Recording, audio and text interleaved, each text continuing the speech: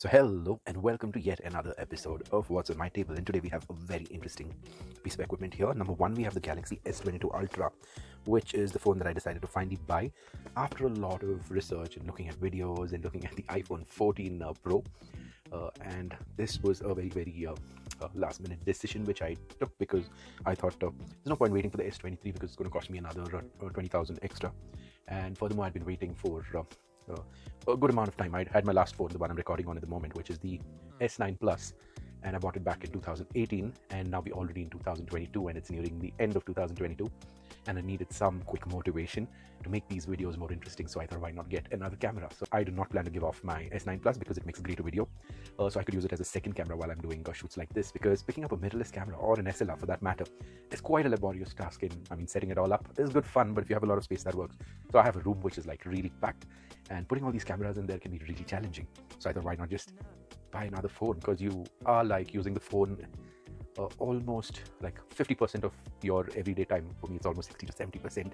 I don't really want to talk about that, it's really high, but I'd rather improve that experience, or spend money on improving that experience of my screen usage time, rather than buy a camera which I would hardly pull out later.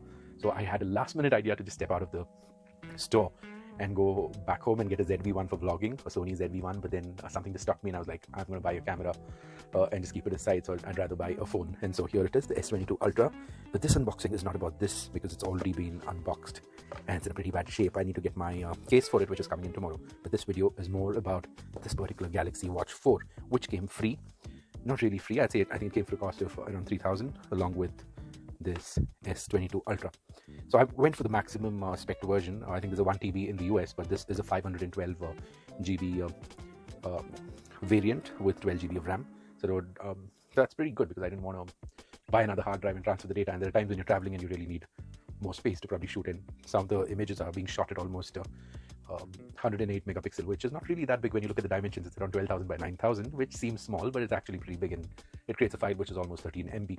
That required me to get a 512 variant with a 12 GB RAM. So let's leave all that aside and let's go into unboxing or opening this box now. So I'm going to pull a cutter here real quick, and let's go ahead and unbox this. So this is pretty good. I'm going to cup this here and here, and there you go. Let's see what it looks like. So the first time I'm opening this box, I've not really seen a Galaxy Watch 4 before this. Well, that looks pretty nice. I had the Gear S2 or Gear S3, and it was pretty nice. I really like the UI on it. Until later, when my wife purchased the Fossil, and I wasn't very happy with the Fossil OS that came with it. This looks pretty cool. It's got some nice dial behind. So this is going to be an absolute novice form of a video, because I've not really seen the specs, so I don't really know anything about this camera. There's a little bit of a red color here, which looks kind of nice. Let's focus on it. I think it's finding it hard to focus. Okay, so now you can see there's a little bit of a red, which looks kind of nice. 2 buttons. You've got a couple of sensors on the back panel, and something written on this. I can't really see what it says. I think it says 7mm. Not bad. I've got an M bar L here. Not sure what that means. I think I already got my fingerprints on it. That doesn't matter. So let's go ahead and see what else has come with the box. So I'm just going to tap this. I can see something here. Just going to open this out. Looks like there should be a charger in this. Let's figure out. It's got Samsung written on it. I don't think there's anything under this cushioning. Okay, just nothing.